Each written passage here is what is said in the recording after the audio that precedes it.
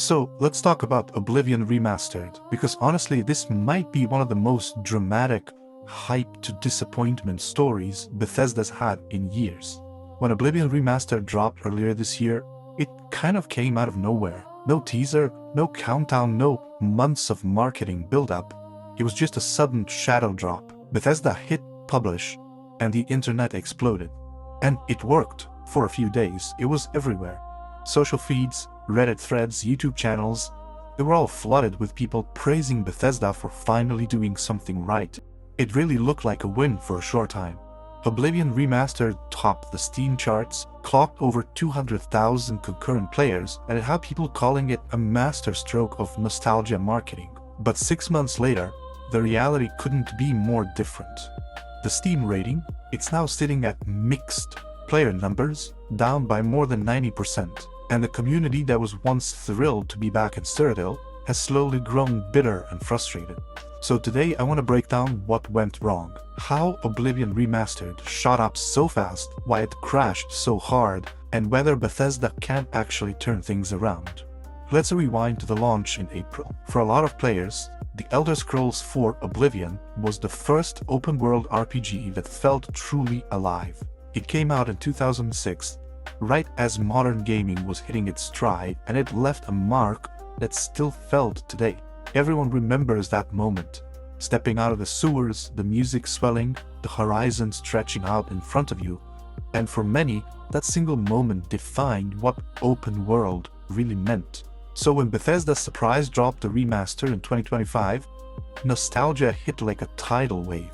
Fans who grew up with the original rushed back to relive it, while younger players saw it as a chance to finally experience a classic with modern visuals and smoother performance.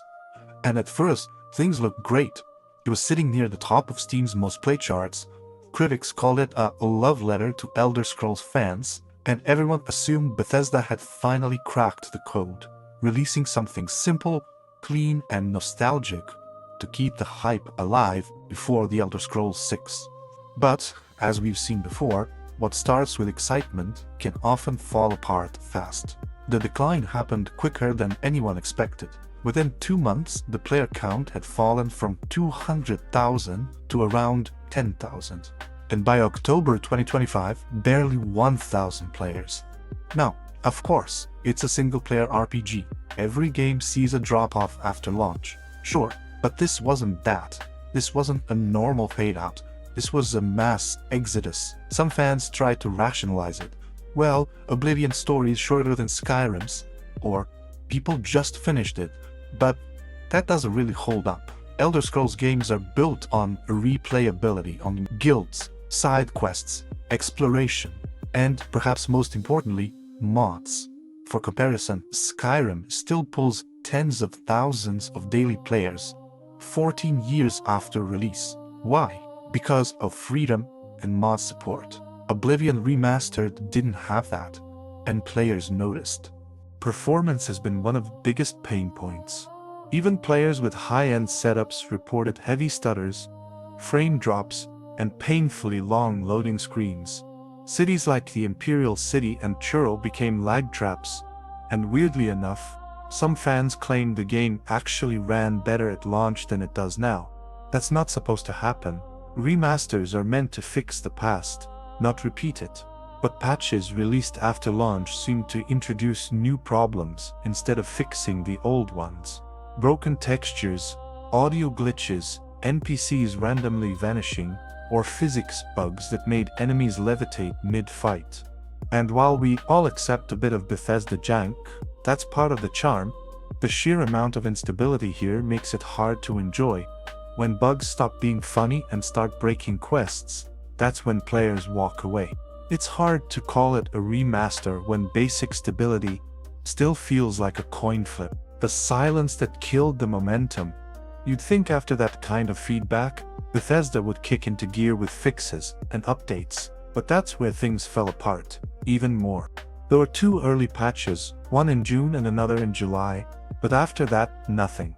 No roadmaps, no hotfixes, no dev posts explaining what's next. Just silence. That lack of communication is brutal for any live game community. even for a single-player one. Cyberpunk 2077 and No Man's Sky both recovered from disastrous launches through relentless updates and clear transparency. Players will forgive a rough start if the developer shows they care. Bethesda didn't. Once the hype died, it genuinely felt like they just walked away. Fans who expected months of active support got radio silence, and the energy around the game evaporated. When a studio stops talking, the community stops caring. Now let's talk about the real killer: mod support. Mods are the soul of Elder Scrolls. Without modders, Skyrim wouldn't still be topping Steam charts over a decade later.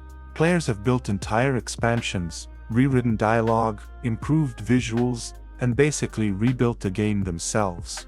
The same was true for Oblivion back in the day. The modding scene was incredible. The new spells, new companions, wild quest lines, even completely new worlds. But in Oblivion Remastered, modding is a mess. The game's structure makes it nearly impossible to port older mods, and there's no official toolkit or dedicated mod hub. That instantly killed one of the main reasons people play Bethesda games long term.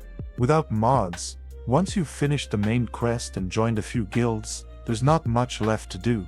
The remaster doesn't have enough new content to justify replaying it again and again, and without the creative energy of the community, it feels strangely empty. For a studio whose games live through modding, cutting off that pipeline is like removing the heart that kept the series beating. At its core, Oblivion Remastered still has the same world, the same charm, and the same magic moments that made it a classic. The soundtrack still hits, the quests are still brilliant, and the atmosphere still pulls you in. But the remaster part doesn't go far enough.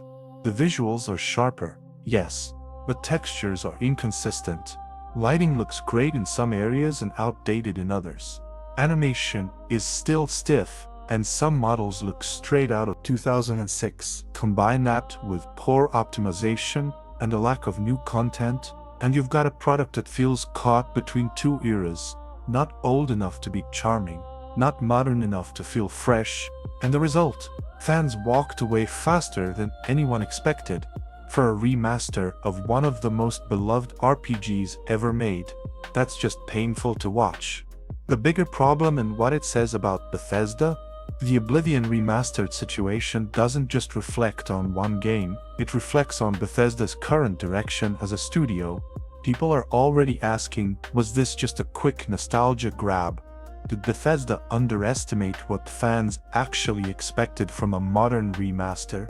Because here's the truth.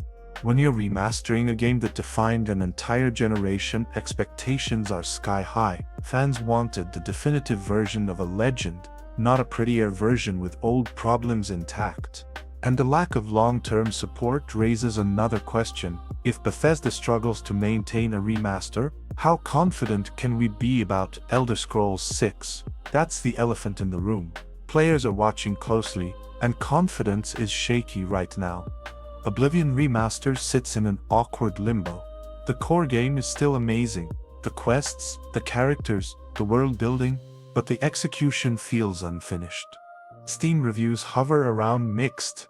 The community is small and frustrated. Modders have mostly moved on, and with Skyrim still thriving thanks to its endless mod library, players are wondering why Bethesda couldn't treat Oblivion the same way. The sad part is that the potential is still there.